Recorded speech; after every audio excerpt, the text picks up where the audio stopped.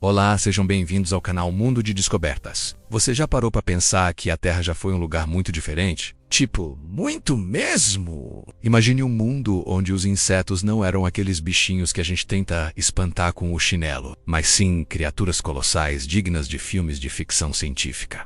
Parece loucura, né? Mas acredite, isso não é coisa de Hollywood. Há cerca de 300 milhões de anos, no período Carbonífero, o nosso planeta era, de fato, o lar de insetos gigantes. E quando eu digo gigantes, eu quero dizer gigantes de verdade. Libélulas com envergadura de asa de 1 metro, escorpiões do tamanho de crocodilos e centopeias que faziam você parecer uma miniatura. Sim, tudo isso existiu e andou por aqui. Se você acha que insetos já são meio estranhos hoje, espere até ouvir sobre os monstros pré-históricos. Ficou curioso? Então fique até o final do vídeo para descobrir tudo. E claro, não se esqueça de se inscrever no canal e ativar as notificações para ajudar o canal a crescer cada vez mais.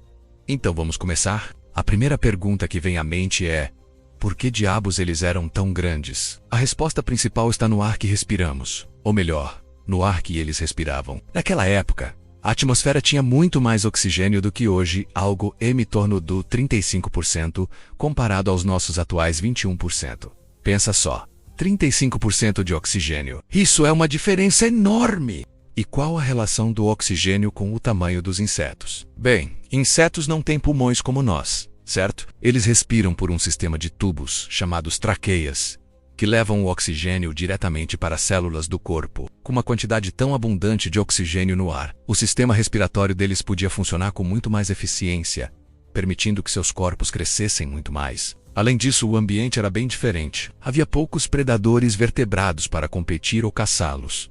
E o clima era bastante estável. Menos ameaças, mais comida e uma atmosfera turbinada. A receita perfeita para o gigantismo. E tem uma teoria adicional super interessante. Alguns cientistas sugerem que crescer também era uma forma de evitar a intoxicação por oxigênio. Você já ouviu falar na artropleura? Prepare-se, porque esse milípede gigante era o maior invertebrado da história. Ele atingia impressionantes 2,6 metros de comprimento e 55 centímetros de largura.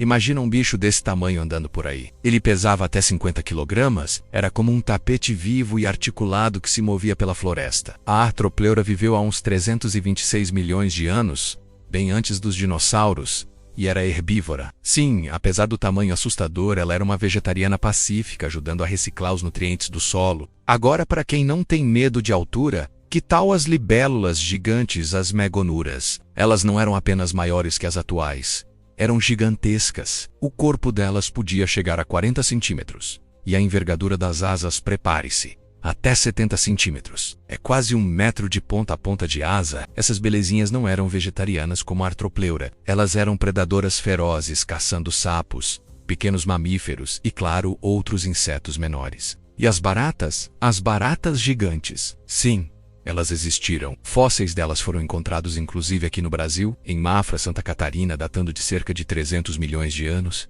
Essas baratas eram maiores que um palmo. E não pense que eram poucas, elas viviam em colônias. Mas a vida gigante não se limitava à terra e ao ar. O mar também tinha seus monstros. Conheça o Euripteride, o escorpião marinho gigante. Com até 2,5 metros de comprimento, ele era tão grande quanto um jacaré. Suas presas de uns 40 centímetros eram usadas para capturar e esmagar suas vítimas. Era o predador dominante dos mares pré-históricos.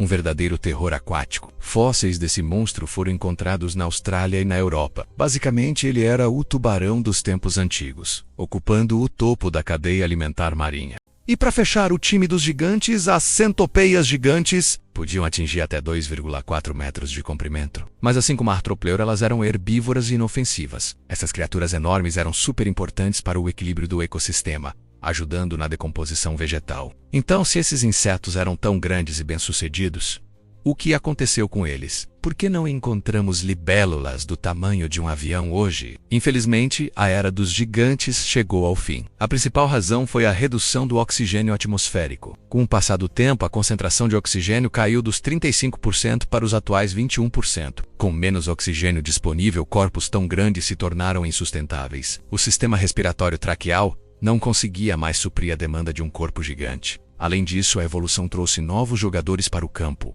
Os vertebrados predadores. Répteis e anfíbios começaram a surgir e a se diversificar, competindo com os insetos e, é claro, predando-os. Um escorpião marinho de 2,5 metros pode ser o terror do oceano, mas um réptil ágil e esperto na terra era uma ameaça, e tanto para uma artropleura, por exemplo. As mudanças climáticas e ecológicas também desempenharam um papel fundamental. O mundo passou a favorecer animais menores, mais rápidos e mais eficientes na conservação de energia e na adaptação a diferentes ambientes. O gigantismo, que antes era uma vantagem, virou um fardo. A natureza, como sempre, busca o equilíbrio. Mesmo com o desaparecimento da maioria desses mega-insetos, a natureza ainda guarda algumas criaturas impressionantes. Hoje, temos o bicho-pau gigante que pode chegar a 60 centímetros em algumas espécies, ou o besouro-titã da Amazônia, que alcança 16 centímetros e é uma visão espetacular. E sim, ainda existem centopeias modernas gigantes, que, diferente de suas ancestrais herbívoras, são predadoras e podem caçar pequenos roedores e lagartos. São criaturas fascinantes e nos lembram do passado grandioso dos insetos.